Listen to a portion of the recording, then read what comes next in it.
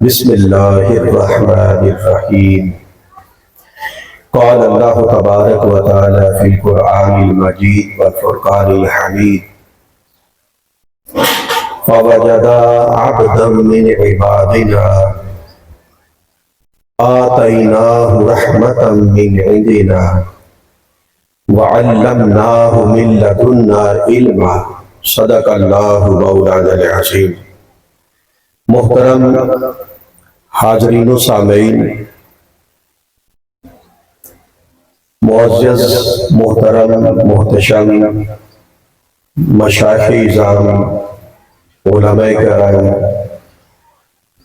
اور اس سالانہ عرس مبارک کی اس بابرکت تقریب سعید میں شریک ہونے والے جملہ عاشقان مصطفیٰ، غلامان رسول، محبان اصحاب و آل رسول، خادمان اولیاء و صالحین، اللہ تعالیٰ کا شکر ہے کہ جس کی توفیق سے آج ہم اس سالانہ عرس مبارک میں حضور پیر طریقت رہبر شریعت الحاج حکیم خواجہ فضل کریم قاسمی رحمہ اللہ تعالی آپ کی عرس مبارک کی تقریب میں حاضر ہے۔ لگتا ہے میں ذرا لیٹ ہو گیا ہوں، تو فی الحال جو وقت مجھے بتایا گیا ہے اسی کے اندر رہ کر میں انشاءاللہ اپنی بات کو سمیٹ لوں گا، اور ہم براہ راست میں اپنے موضوع کی طرف آ رہا ہوں۔ اور سٹیج کی زینت بیٹھے بڑے خوبصورت چہرے صاحبزادگان، اللہ تعالیٰ ان کا سایہ ہمارے سروں پر قائم اور دائم فرمائے، اور اس روحانی عظیم روحانی خانقاہ کے ساتھ جڑے ہوئے جملہ مریدین، متوسلین، محبین، سب کو اللہ تعالیٰ اس نسبت میں استقامت عطا فرمائے، اور کوئی یہاں سے خالی ہاتھ نہ لوٹے، ہر کسی کو در رسول کی خیرات نصیب ہو اور در بطول کی خیرات نصیب ہو۔ اب براہ راست میں اپنے موضوع کی طرف آتا ہوں، اور موضوع میرا ہے شان اولیاء کے حوالے سے۔ بولیے کیا؟ شان اولیاء۔ بندے تو سارے اللہ کے ہیں، بندے تو سارے اللہ کے ہیں، مگر کچھ خوش نصیب بندے وہ ہوتے ہیں جن کو اللہ تعالیٰ خود کہتا ہے کہ یہ میرے بندے ہیں۔ تو ہم ایسے بندوں کا ذکر کرنے لگے ہیں کہ جن کو اللہ تعالیٰ فرشتوں کی مجلس میں خود کہتا ہے کہ فرشتوں دیکھو یہ میرا بندہ ہے اور یہ میرے بندے ہیں۔ اب اس کے لیے میں نے قرآن پاک کی ایک آیہ مقدسہ تلاوت کی ہے، جس میں اللہ رب العزت نے بیان فرمایا فَوَجَدَا عَبْدًا مِّنْ عِبَادِنَا، پس انہوں نے یعنی موسیٰ علیہ السلام نے ہمارے بندوں میں سے ایک خاص بندے کو پا لیا۔ ہمارے بندوں میں سے ایک خاص بندے کو پا لیا۔ اس سے پتہ یہ چلا کہ کچھ بندے خالی اللہ کے بندے ہوتے ہیں، اور کچھ بندوں میں خاص ہوتے ہیں، اور کچھ خاصوں میں بھی خاص ہوتے ہیں۔ اب یہاں پر خاص الخاص بندے کا ذکر کیا جا رہا ہے۔ فرمایا انہوں نے ہمارے بندوں میں سے، جب فرمایا ہمارے بندوں میں سے، گویا جب کہا ہمارے بندے، گویا خاص بندوں کی بات ہو رہی ہے، اور یہ بندہ ان بندوں میں بھی خاص ہے۔ عبدًا من عبادنا، اس خاص الخاص بندے کو پا لیا۔ اب اس خاص بندے کو اللہ تعالیٰ نے دو شانیں عطا فرمائی تھی، اور یہی میرا موضوع ہے۔ اس کی وضاحت کر کے پھر میں اجازت چاہوں گا۔ دو شانیں کیا؟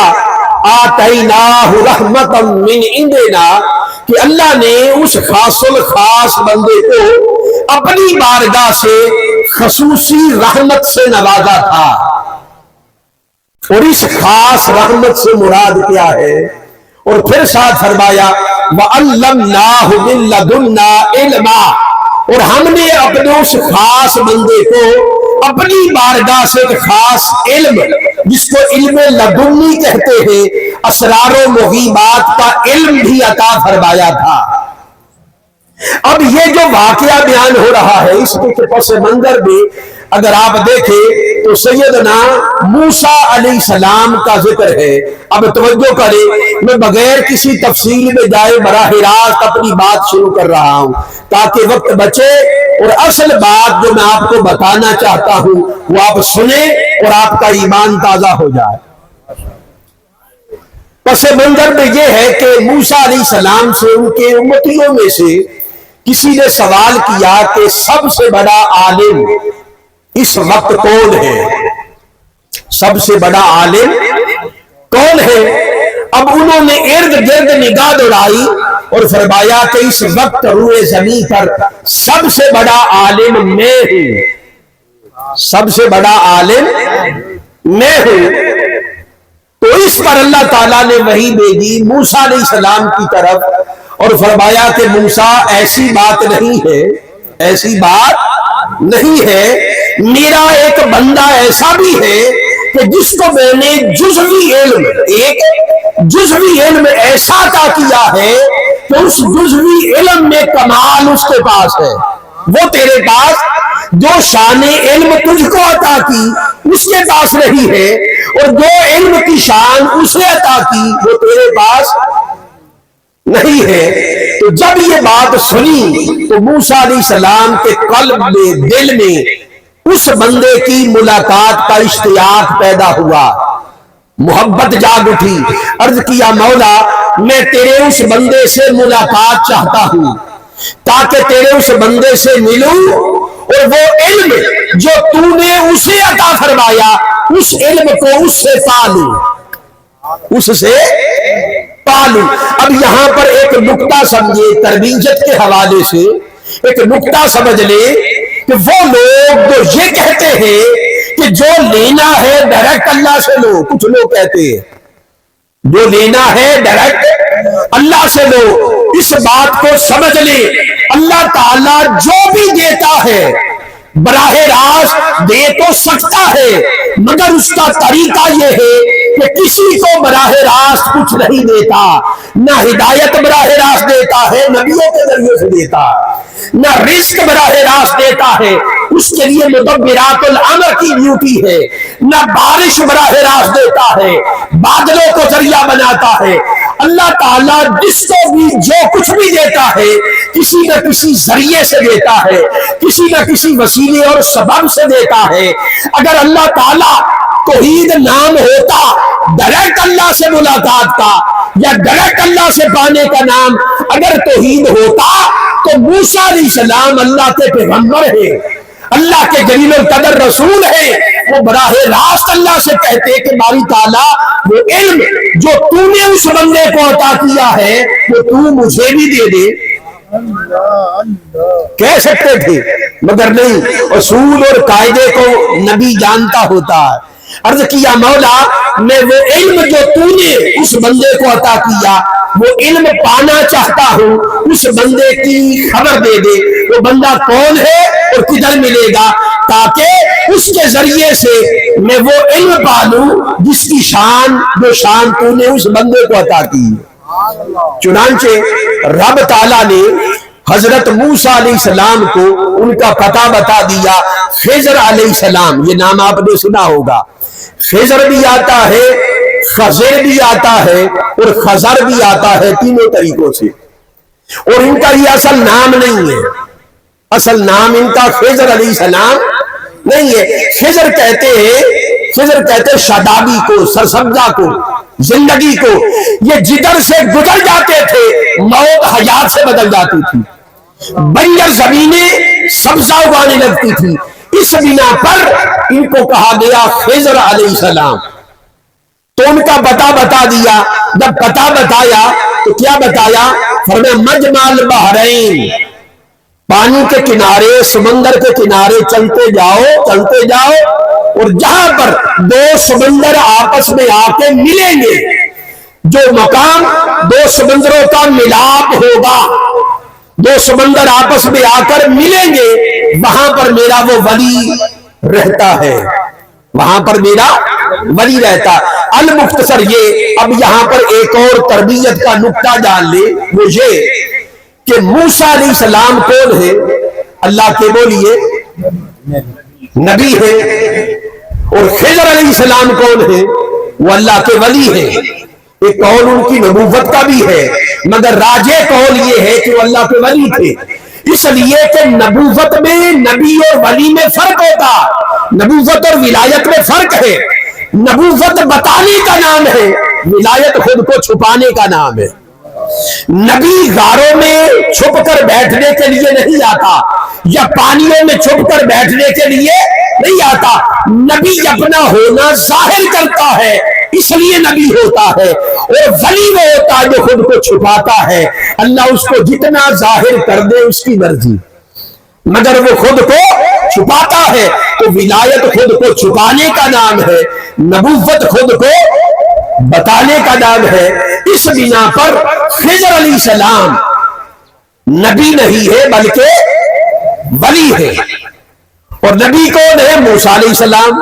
اب ذرا توجہ کیجئے، موسیٰ علیہ السلام جو نبی ہے، نبی جا رہا ہے ولی کی زیارت کے لیے.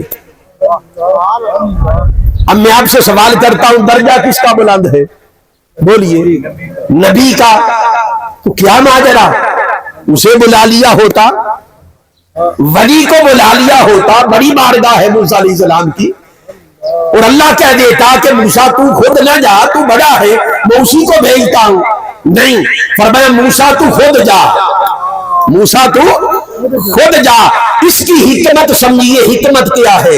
اس میں حکمت یہ ہے کہ نبی کوئی کام کرے، نبی اگر کوئی کام کرے تو نبی کا کام حجت ہوتا ہے، نبی کا فعل سنت ہوتا ہے، اور امت کے لیے ہدایت ہوتا ہے، اور امت کے لیے حجت ہوتا ہے.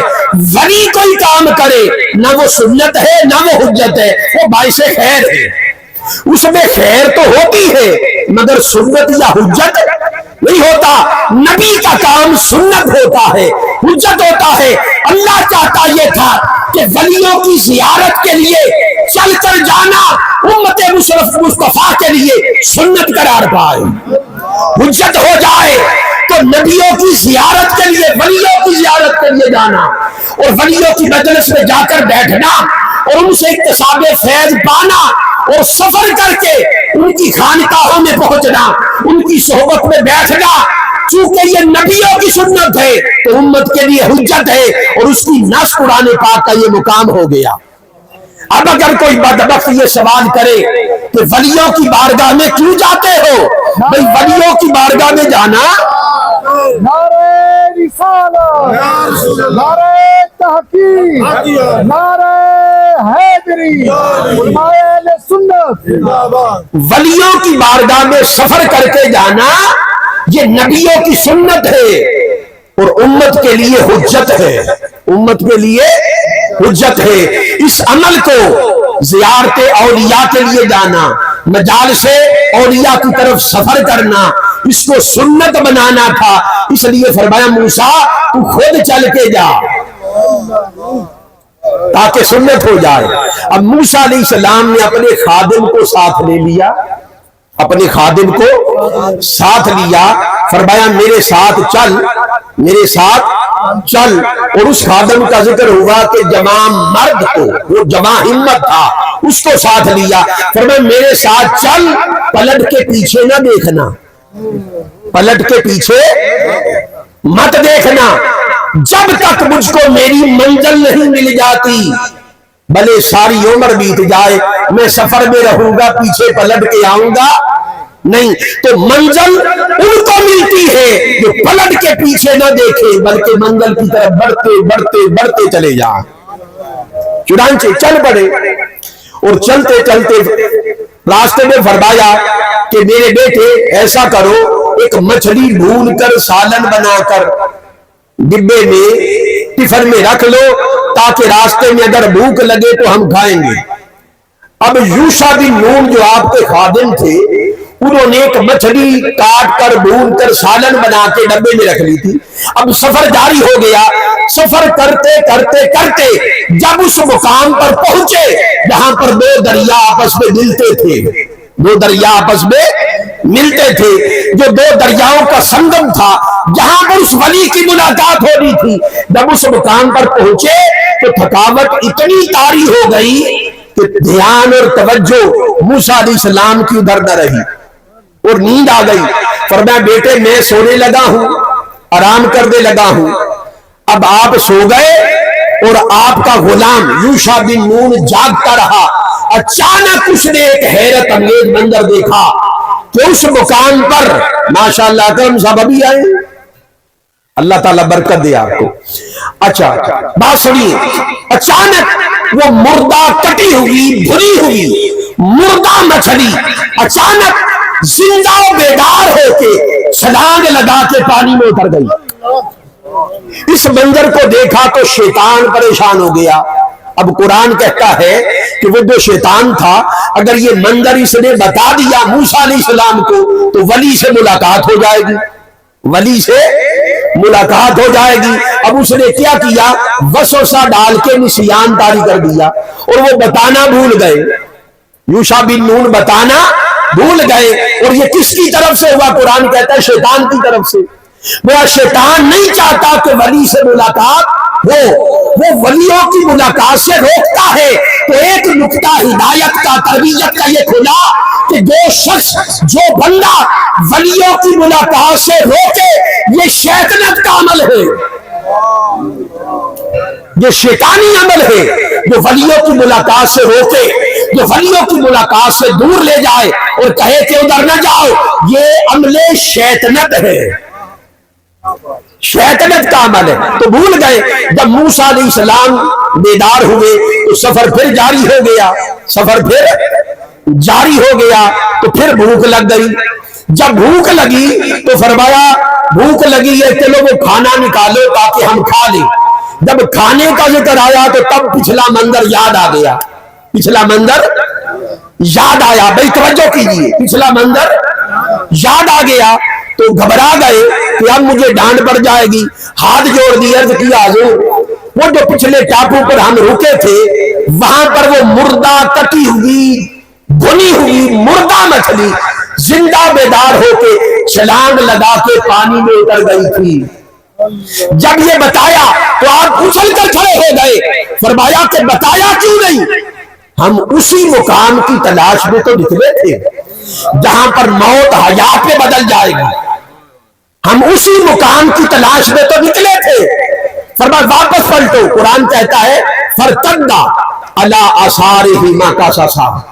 بس وہ جب واپس پلٹے تو راستہ تو کوئی نہیں تھا, راستہ تو کوئی نہیں تھا, بھٹک جانے کا خطرہ تھا. اب بھٹکنے سے بچنے کے لیے قرآن کہتا ہے وہ اپنے قدموں کے نشانات پہ پیچھے پلٹے. وہ جو نشانات لگتے انہی قدموں کے نشانات پر پیچھے پلٹے.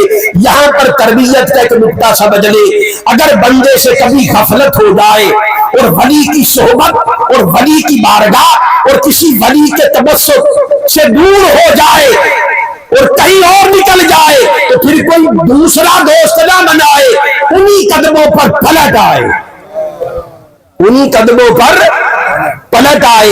یہ جو صوفیہ عرفا کا کلام ہے نا کہ نوے نوے نہ یار بنائیے وانگ کمینے لوکاں, اس بات کی آج آپ کو سمجھ آئے. تو انہی قدموں کے نشانات پر پلٹے اور پلٹ کے جب اس مقام پر پہنچے جو دو سمندروں کا سنگم تھا, دو پانیوں کی جمع ہونے کی جگہ تھی, مقام تھا. جب وہاں پر پہنچے ادھر ادھر نگاہ کی تو کوئی تھا جو چادر اوڑھ کر منہ چھپا کے سویا ہوا تھا, لیٹا ہوا تھا. آپ نے دیکھا کہ یہی ہوگا. اب چل کر قریب گئے اور پردہ اٹھایا. وہ جو سو رہے تھے وہ مسکرا رہے تھے, وہ مسکرا رہے تھے. اور فرمایا کہ آپ موسیٰ ہیں؟ فرمایا ہاں میں موسیٰ ہوں. عرض کیا بنی اسرائیل کے موسیٰ؟ فرمایا ہاں بنی اسرائیل کا موسیٰ. تو اٹھ کر بیٹھ گئے. اب یہاں پر دو باتیں سمجھ لی, وہ بڑی ایمان افروز ہے.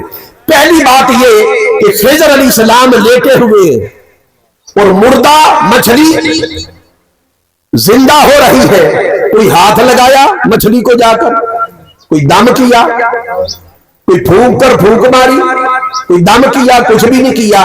یہ ولایت کے مختلف مقامات ہیں۔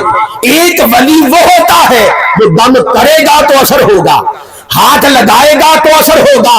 اور ولایت کا ایک مقام یہ ہے کہ اللہ کا ولی جن ہواؤں میں اور جن فضاؤں میں سانس لیتا ہے وہ ہوائیں شفا بخش ہو جاتی ہے، حیات بخش ہو جاتی ہے۔ ارے خضر علیہ السلام نے نہ ہاتھ لگایا نہ دم کیا، جن پانیوں میں غسل کرتے تھے، جن ہوا فضاؤں میں سانس لیتے تھے، وہ ہوائیں فضائیں ٹکرائی مردہ مچھلی سے اور موت حیات سے بدل گئی۔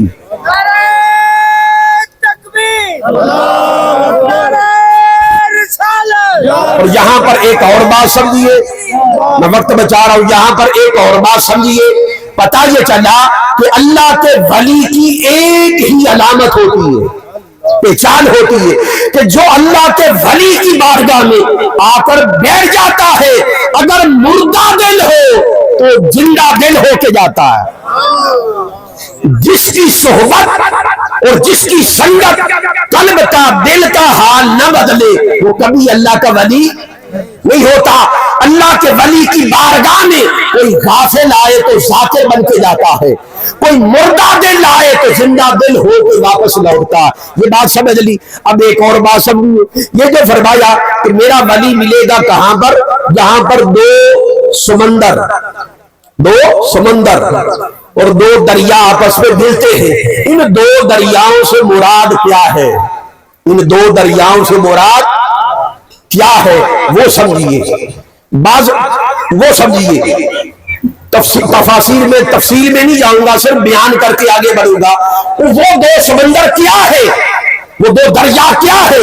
ایک دریا دریائے عشق ہے، ایک دریائے عقل ہے، ایک دریائے شریعت ہے اور ایک دریائے طریقت ہے۔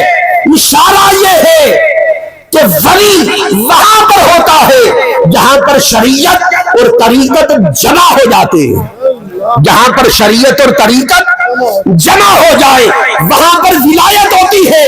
وہ صرف شریعت کی بات کرے اور طریقت کی بات نہ کرے وہ کبھی اللہ کا ولی نہیں ہو سکتا۔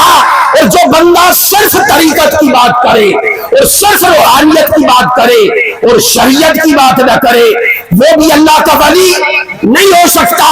ولی ہونے کے لیے شرط یہ ہے کہ شریعت اور طریقت یہ دونوں جہاں پر جمع ہو جائیں وہاں پر اللہ تعالیٰ اپنی ولایت رکھ دیتا، وہاں پر اللہ کا ولی ہوتا۔ المختصر یہ کہ ملاقات ہو گئی اور آپ نے اپنے آنے کا مقصد بیان کیا، اور جب وہ سنا تو خضر علیہ السلام بولے حضور آپ میرے ساتھ نہ چلیں، آپ میرے ساتھ نہ چلیں، آپ کا وقت ہی ضائع ہوگا، میرے ساتھ نہ چلیں۔ فرمایا کیوں نہ چلوں؟ فرمایا اس لیے کہ آپ میرے ساتھ صبر نہیں کر پائیں گے، بار بار میں کیونکہ آپ کا امتی نہیں ہوں، اور بہت سی چیزیں جو آپ کی شریعت میں حرام ہیں وہ میرے لیے حلال ہے، وہ میرے لیے حلال ہے، میں آپ کا امتی نہیں ہوں۔ اور وہ چیز جو آپ کی شریعت میں حرام ہے اور آپ نبی ہیں، یہ ہو نہیں سکتا کہ آپ مجھے منع نہ کریں، کیونکہ نبی کو چھپاتا نہیں، نبوت بتانے کا نام ہے، اور آپ نبی ہیں۔ میں جب ایسا کام کروں گا جو آپ کی شریعت میں حرام ہے تو آپ مجھے ٹوکیں گے، اور جب آپ مجھے ٹوکیں گے تو ادھر سے فیض نہیں ملے گا۔ یہاں پر ایک ہدایت کا نقطہ اور سمجھ لے کہ فیض تب ملتا ہے جب بندہ سر جھکا کے بیٹھے، سوال اٹھائے، سر اٹھائے۔ علم تو مل سکتا ہے، فیض نہیں مل سکتا۔ فیض اور ایمان اور تربیت سر جھکانے سے ہوتی ہے، سر جھکانے سے ہوتی ہے۔ تو عرض کیا کہ حضور آپ سر اٹھائیں گے، سوال کریں گے. جب سوال کریں گے تو مقصد آپ کا فوت ہو جائے گا. فرمایا نہیں مجھے نہیں پتا کہ کیسے ملتا ہے اکتساب فیض کیسے ہوتا, مجھے پتا ہے, مجھے معلوم ہے, میں کوئی سوال نہیں کروں گا, آپ جو چاہے کریں, میرا فوکس اپنی اس امر پر ہے جو میں حاصل کرنا چاہتا ہوں. فرمایا ٹھیک ہے وعدہ کر لیں. ان سے کیا لے لیا؟ وعدہ لے لیا. فرمایا اب آپ نے کوئی سوال نہیں کرنا. وعدہ لے کر پھر ایک کشتی میں جا بیٹھے, بڑا ایک سفینہ تھا, بڑی کشتی جس کو بیڑا کہتے ہیں, وہاں پر جا بیٹھے اور وہاں پر بیٹھ کر جب درمیان میں وہ بیڑا کشتی پہنچی تو اس کا پھٹا توڑ دیا, اس کشتی کا پھٹا توڑ دیا. اب اس کا واضح مطلب کیا تھا؟ پانی اندر آئے گا, وہ بیڑا ڈوب جائے گا سفینہ, اور سینکڑوں لوگ بھی اس میں سوار ہے, سب کی جان طلب. اور یہ ہے اللہ کے نبی موسیٰ علیہ السلام.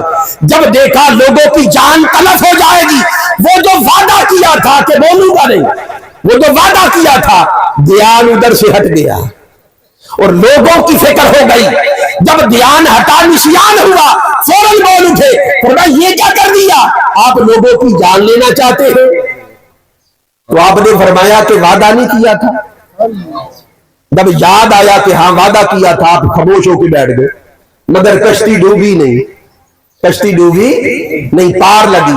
جب ادھر گئے تو وہاں پر ایک گراؤنڈ تھا, کھیت گراؤنڈ, کھلا گراؤنڈ تھا, وہاں پر کچھ بچے کھیل رہے تھے. قرآن کہتا ہے ایک خوبصورت بچہ تھا, اس بچے کو پکڑ کر خضر علیہ السلام نے قتل کر دیا. جب قتل ہو گیا, ناحق قتل ہوا, تو اللہ کا نبی ہو اور جو چیز حرام ہو منع ہو اس پر خاموشی اختیار کرے تو وہ تو سنت ہو جاتا, کیونکہ نبی ہے. اس لیے بول اٹھے. فرمایا کہ اس کو قتل کرنا بھی آپ کے لیے جائز ہے, معصوم بچے کو قتل کرنا یہ بھی جائز ہے. فرمایا کہ حضور آپ نے وعدہ کیا تھا کہ سوال نہیں کرنا. فرمایا اچھا ایک بار اور مجھے مہلت دو, اگر اب کی بار بھی میں بولا تو پھر میرا جانا بے مقصد ہے آپ کے ساتھ, پھر آپ کی اور میری راہیں جدا ہو جائیں گی. اور قرآن کہتا ہے پھر آگے چلے, آگے ایک بستی تھی. فرمایا کہ یہاں پر آرام کرتے ہیں. فرمایا حضور یہ آرام کرنے نہیں دیں گے, یہ بد اخلاق لوگ ہیں. انہوں نے کہا کیوں نہیں, میں بات کرتا ہوں. اب وہ موسیٰ علیہ السلام کو جاننے والے نہیں تھے. آپ نے بات کی کہ ہمیں یہاں پر ٹھہرا لو, انہوں نے کہا کہ نہیں, بد اخلاقی کی. کھانا دے دو, انہوں نے کہا کھانا بھی نہیں. آپ کو بڑا غصہ آیا. اس بستی سے جب نکل رہے تھے, انہی بستی والوں کی ایک شکستہ ٹوٹی ہوئی دیوار تھی. خضر علیہ السلام نے فرمایا ادھر رک جائے. فرمایا ہن کی ہے؟ عرض کیا رکے تو صحیح. ان بستی والوں کی دیوار پختہ کرنی شروع کر دی. وہ جو شکستہ دیوار تھی اس کو پختہ کر دیا. آپ کو غصہ آ گیا, کس بستی کے بد اخلاق لوگ کھانا بھی نہیں دیتے اور مہمان نواز بھی نہیں ہے, اور آپ ان کی دیواریں تعمیر کرتے پھر رہے. میں یہاں سے رخصت ہو رہا ہوں, اب آپ کے اور میرے راستے جدا. پیچھے سے آواز دی کہ موسیٰ یہ جو 3 کام میں نے کیے اس کی حکمت تو سنتے جائیں, اس کی تعویل تو سنتے جائیں. یہ آخری بات, اس کے بعد میں پھر اجازت چاہوں گا کیونکہ میں لیٹ ہو گیا ہوں, اور جو وقت مجھے دیا گیا انشاءاللہ اسی کے دوران وہ وقت بھی ہو جائے گا. اب 2 باتیں بڑی اہم ہیں جو آپ کو سمجھانے لگا ہوں, وہ سنیے کہ کام کتنے ہوئے, بولیے 3. کتنے کام؟ 3. اور تینوں کاموں میں جو فاعل تھا, وہ فعل کرنے والا کون تھا؟ وہ خضر علیہ السلام. وہ خضر علیہ السلام. ماشاءاللہ پیر صاحب آگے استقبال کر لیجیے. ماشاءاللہ. نعرہ تکبیر, نعرہ رسالت. ہر جگہ توجہ کیجئے, ہر جگہ فاعل کو خضر علیہ السلام, اور جو تینوں کام کیے اس کی تعویل اور اس کی حکمت بیان کی.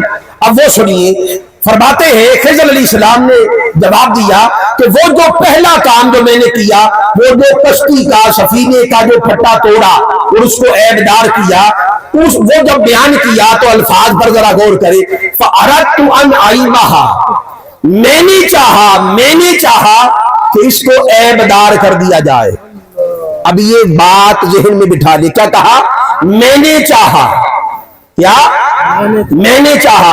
اب دوسرا واقعہ ہوا, اس بچے کو جو قتل کیا, وہاں پر فرمایا فَأَرَدْنَا, ہم نے چاہا. پہلے کہا میں نے چاہا, اب فرمایا دوسرے مرحلے میں ہم نے چاہا، اب وہ جو تیسرا واقعہ ہوا جو شکستہ دیوار کو تعمیر کیا تھا، وہاں پر فرمایا آپ کے رب نے چاہا، آپ کے رب نے چاہا، میں نے چاہا، ہم نے چاہا، آپ کے رب نے چاہا۔ در حقیقت سلوک اللہ کے 3 مرحلے بیان ہو رہے ہیں۔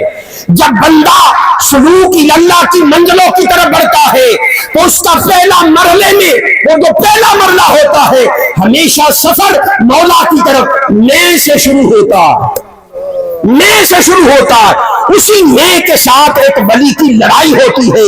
ولی بنتا تب ہے جب میں ہار جائے، جب میں تو سے بدل جائے، جب میں ہوں سے بدل جائے تو پھر ولی بنتا ہے۔ تو شروع سفر میں ہوتی ہے، اس میں کو ختم کرنا ہوتا ہے، اور پھر دوسرے مرحلے میں وہ میں ہم سے بدل جاتی ہے، وہ میں ہم سے بدل جاتی ہے۔ مگر جب ہم ہو تو کچھ میں رہتی ہے، کچھ وہ ہوتا ہے، اور کچھ میں بھی باقی رہتی ہے۔ بندہ اور محنت کرتا ہے، ریاضت کرتا ہے، اور پھر اس کے بعد جو آخری تیسرا مرحلہ ہوتا ہے وہاں پر میں کا نام و نشان نہیں رہتا، وہاں پر میں تو سے بدل جاتی ہے۔ وہاں پر جب بندہ کہتا مولا تو ہی تو ہے۔ یہ حکمت ہے کہ میں نے چاہا، ہم نے چاہا، اور اس نے چاہا۔ اب ایک اور حکمت سنیے، اور وہ بھی بڑی ایمان افروز ہے، وہ توجہ کرے کہ جو اللہ کا ولی ہوتا ہے، اللہ کے ولی کی شان یہ ہوتی ہے کہ اگر کوئی خوبی ہو تو مولا کی طرف منسوب کرتا ہے، خامی اور عیب کی بات ہو تو مولا کا ذکر نہیں کرتا، پھر اپنی طرف منسوب کرتا ہے۔ خوبی مولا کی طرف اور خامی اور عیب اپنی طرف منسوب کرتا ہے۔ ارے اس کشتی کو عیب دار کیا تھا، جب بات عیب کی ہو رہی تھی تو مولا کا ذکر نہیں کیا۔ یہی کہا کہ فَأَرَدْتُ أَنْ أَعِيبَهَا، میں نے چاہا کہ اس کو عیب دار کیا جائے۔ عیب والی بات میں مولا کا ذکر نہیں کیا۔ اور دوسرا واقعہ وہاں پر 2 چیزیں ہیں، اس بچے کو قتل کیا، اس بچے کو قتل کیا، اور اس کی جگہ بہتر نعم البدل ملا۔ فرمایا کہ اگر یہ بچہ زندہ رہ جاتا، اس کے والدین صالح تھے، نیک تھے، صالحین میں سے تھے، اس بچے اولاد کو فتنے میں گرفتار ہو کر وہ بھی راہ راست سے بھٹک جاتے، اور یہ قاتل اور فاسق و فاجر ہوتا۔ بس ارادہ یہ ہوا کہ اس بچے کو قتل کیا جائے، اور اس کی جگہ بہتر نعم البدل ایک بیٹی عطا کی گئی، اور اس کی نسل میں 21 انبیاء کرام پیدا ہوئے۔ اور یہاں پر جو 2 باتیں ہیں، ایک قتل کرنا عیب کی بات ہے، اور بہتر نعم البدل عطا کرنا یہ خوبی کی بات ہے۔ ایک ہی واقعہ میں چونکہ 2 چیزیں ہیں، یہاں پر بات مکس کر دی۔ فَأَرَدْنَا، پس ہم نے چاہا، بس ہم نے چاہا۔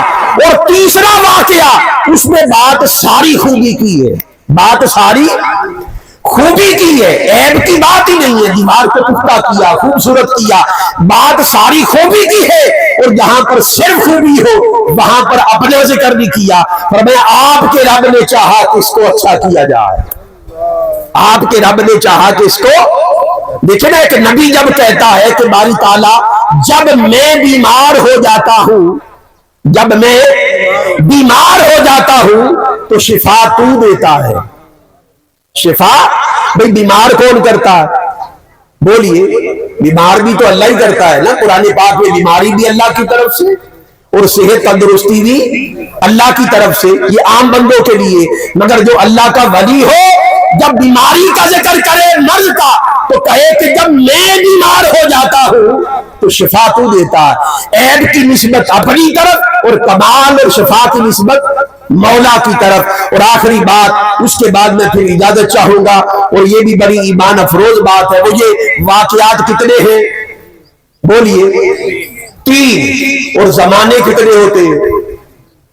3۔ جو گزر گیا وہ ماضی ہے، جو موجود ہے وہ حال ہے، اور جو ابھی آئے گا وہ مستقبل ہے. ایسی بات ہے, زمانے تین ہوتے ہیں. اب تینوں واقعات کو دیکھ لیں, ایک واقعہ ماضی کے متعلق ہے, ایک حال کے متعلق ہے, اور ایک مستقبل کے متعلق ہے. تو پتہ یہ چلا کہ اللہ تعالیٰ جن بندوں کو اپنا بنا لیتا ہے, جو اللہ کے ولی ہو جاتے ہیں, انہیں ماضی کا علم بھی عطا فرماتا ہے, حال کا علم بھی عطا فرماتا ہے, اور مستقبل کی خبریں بھی عطا فرماتا.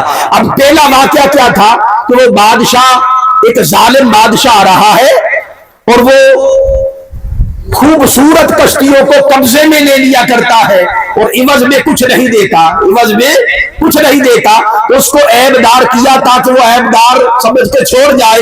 یہ فعل حال ہے, یعنی موجودہ وقت میں جو بات ہو رہی ہے اس کی طرف اشارہ ہے. نہ اس بادشاہ سے کبھی ملے, نہ وہ بادشاہ قریب ہے, مگر حال کی خبر دے رہے ہیں. اب دوسرا واقعہ کہ وہ بچہ اگر بڑا ہو جاتا, یہ مستقبل کی خبر ہے, تو ایسا ایسا ہوتا. اور تیسرا واقعہ فرمایا تحت کنز اللہ ہوگا, وہ جو دیوار تھی اگر گر جاتی تو یہ شہر میں رہنے والے 2 یتیم بچوں کی یہاں پر امانت تھی, خزانہ دبا ہوا تھا. تو یہ ماضی کی بات ہے. یہ کیا ہے؟ ماضی کی بات. تو پتہ یہ چلا کہ لوگوں اب توجہ کیجیے, جو اللہ کا ولی ہوتا ہے, 3-4 باتیں میں رپیٹ کرنے لگا ہوں, کہ جو اللہ کا ولی ہوتا ہے اس کی نظر ماضی پر بھی ہوتی ہے, حال پر بھی ہوتی ہے, مستقبل پر بھی ہوتی ہے. جو اللہ کا ولی ہوتا ہے وہ عیب اپنی طرف منسوب کرتا ہے کہ میں کچھ نہیں ہوں, اور ہر خوبی مولا کی طرف منسوب کرتا جاتا ہے. لوگوں, اللہ کے محبوب ولیوں کی بارگاہ میں ان کے ساتھ تمسک, ان کے ساتھ جڑ کے رہنا, ان کی صحبت میں بیٹھنا اس لیے ضروری ہے. اس مقام پر اللہ نے نبی کو بھیجا ولی کے پاس, تاکہ ولی کی صحبت میں چل کے جانا اور ان کی زیارت کے لیے سفر کرنا نبیوں کی سنت ہو جائے, اور امت کے لیے سنت اور حجت ہو جائے. اس لیے ولیوں سے جڑ کے رہنا اور ولیوں کے ساتھ جڑنا اور ان کو تکتے رہنا, اس سے خدا کی یاد تازہ ہوتی ہے. اور جو بندہ اللہ کے ولیوں کا ہو کر رہتا ہے وہ ہر لمحہ مولا کی قربت میں رہتا ہے. اللہ تعالیٰ سے دعا ہے کہ ہم سب کو ہدایت عطا فرمائے, اور کوئی شخص یہاں سے خالی ہاتھ نہ لوٹے. ہر کسی کو در رسول کی خیرات نصیب ہو, در بطول کی خیرات نصیب ہو, اور جملہ مریدین, محبین, متوسلین سب کے لیے دعا گو ہوں کہ آپ کی یہ سنگت اور نسبت قائم رہے, اور موت بھی آئے اسی سنگت میں آئے. وما علینا الا البلاغ.